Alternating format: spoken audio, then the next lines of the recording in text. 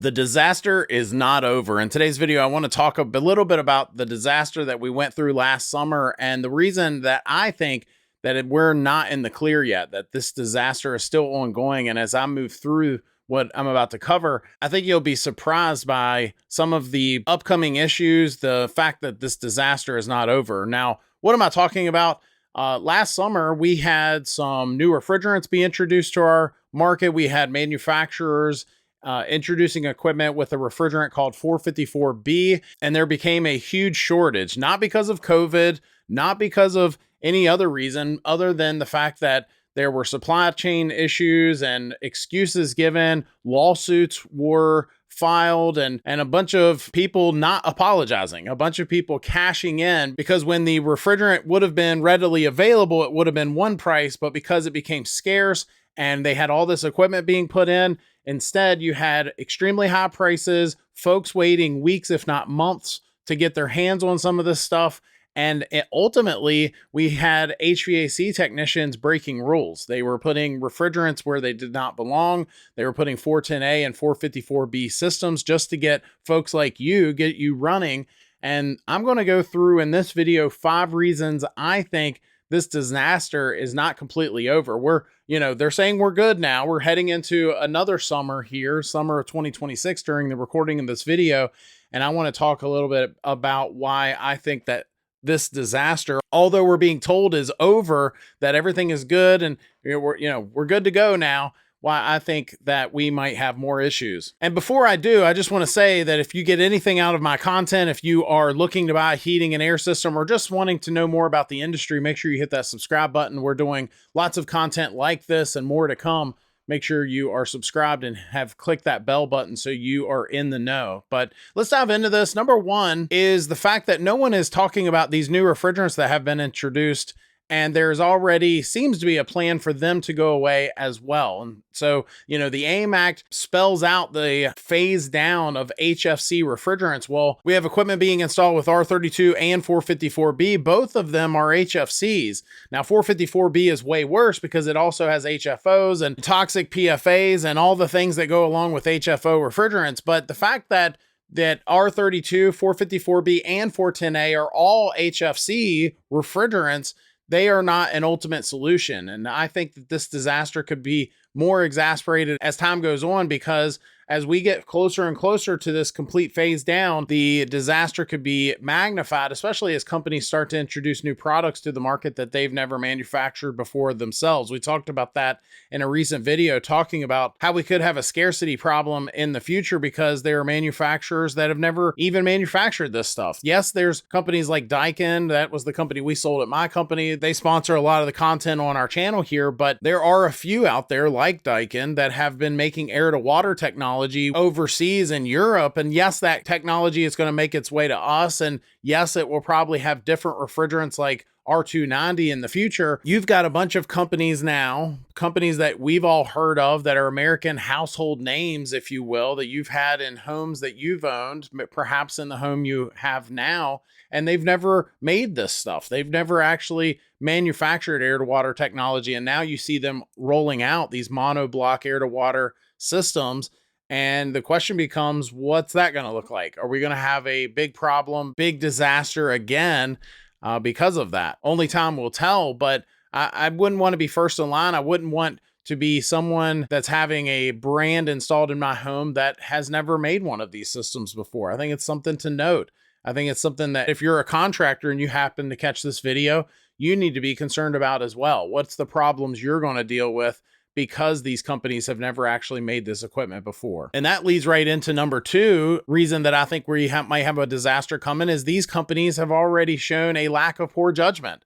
I believe just simply selecting 454B refrigerant of the 2 options that we had on the table last year, I think that a company that selected 454B has already shown that they are going to have a problem.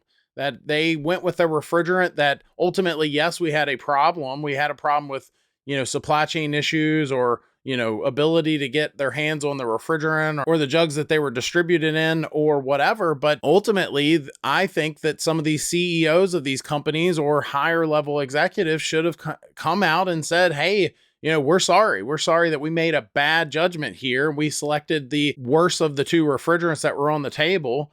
And because they've shown a lack of poor judgment, what does that look like as we move throughout this process with the AIM Act and the phase down of these refrigerants, the problems that we could see in the future with the equipment itself, and the fact that they are, I don't know if they made these decisions because it put more money in their pockets or what the reason was, but ultimately it was a problem and it will continue to be a problem. Number 3, I think there's a chance that a new refrigerant could be invented. Now, I would have liked for that refrigerant to have already been invented, but when R22, when the patent ran out, we saw 410A come along, right?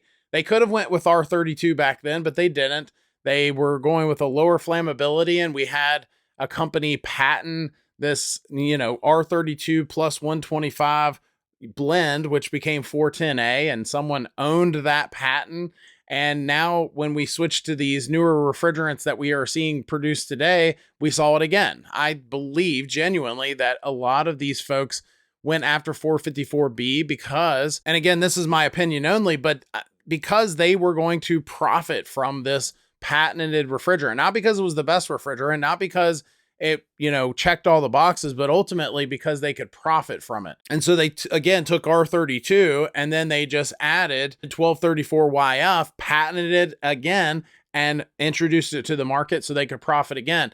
And so we've been told by multiple folks in our industry that, are in the know that these A2L refrigerants that we're currently seeing are going to eventually be phased down, and we're going to move towards R290 or some other refrigerant that has very, very low GWP and very, very low toxicity that CFCs and HFCs have, that have the problem with the environment, right? That's what this is all about. At least that's what they say, right? But as we move through this, and then they start to phase down 454B, will there be an option before we get to R290 that someone has patented and they can profit? And of course, they'll lobby for it and they'll push to have that refrigerant be the one that everyone uses.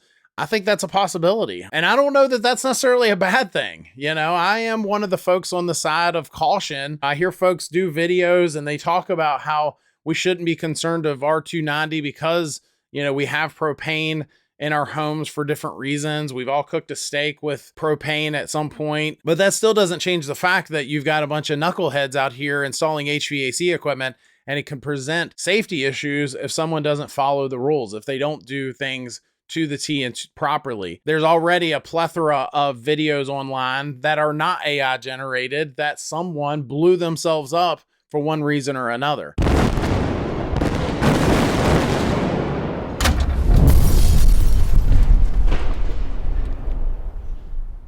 Whether it was R290 or some other refrigerant in that system, there is a risk there. And to say that there isn't one is just disingenuous. So yes, a refrigerant could be invented in the future. Yes, someone will probably profit from it when they patent it. And yes, maybe it's not necessarily a bad thing if it's less flammable than R290. Number 4 on why I think the disaster is not over, and that is air to water technology that's now being rolled out. As we speak, there are brands that are rolling these products out for mass consumption, mass distribution, and folks can actually buy one of these systems and have it installed in their home. If not today, then very soon. And although many folks like to comment on my videos and say that this is not a new technology because they saw one back in 1988 or they installed 2 of them, it's still a very new market to our country. It's a very new product. It's a very new technology, considering most HVAC guys have never even seen one of these systems unless it was online. I've actually had conversations with HVAC technicians that have been doing this longer than 20 years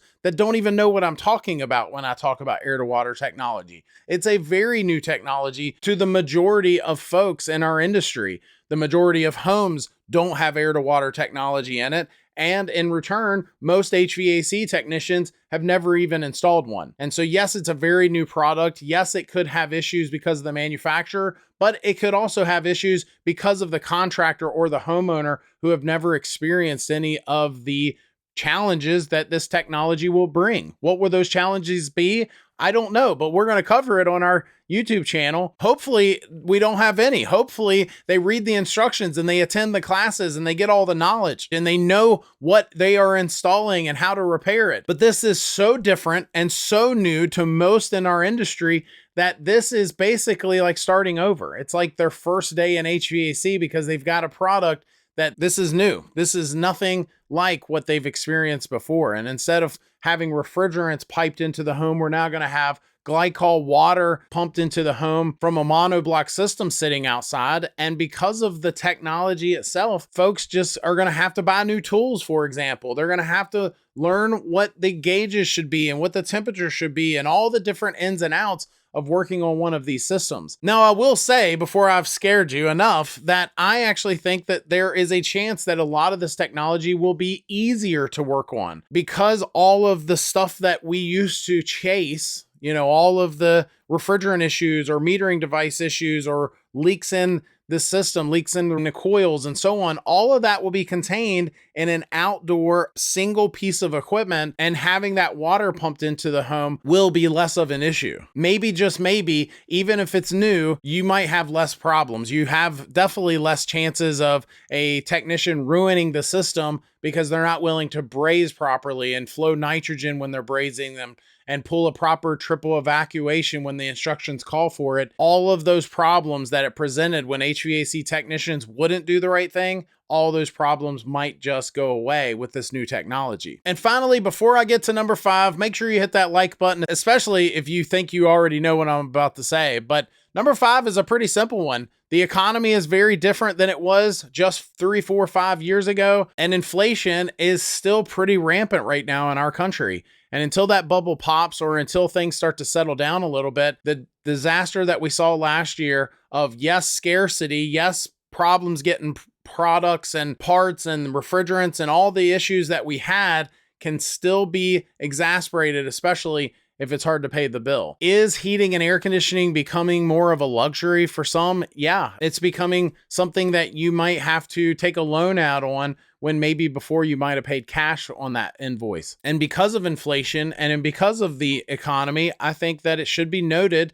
that the disaster that we saw last year, the disaster that was fabricated, in my opinion, so folks could get rich off of less equipment and less availability, is still going to be a problem as we move into this summer and prices being what they are. Sorry for all the doom and gloom. I'm hoping this video can help you make better decisions, knowing what the problems are and what's to come. Let me know your thoughts down in the comment section. Do you think the disaster is over? Have you dealt with anything that I've covered in this video in your situation? I'd love to hear about that. If you like this video, I think you'll like this one too. It's where I talk about that scare that I talked about a moment ago that could be coming as well. Thanks for watching. Hit that subscribe button for more HVAC tips.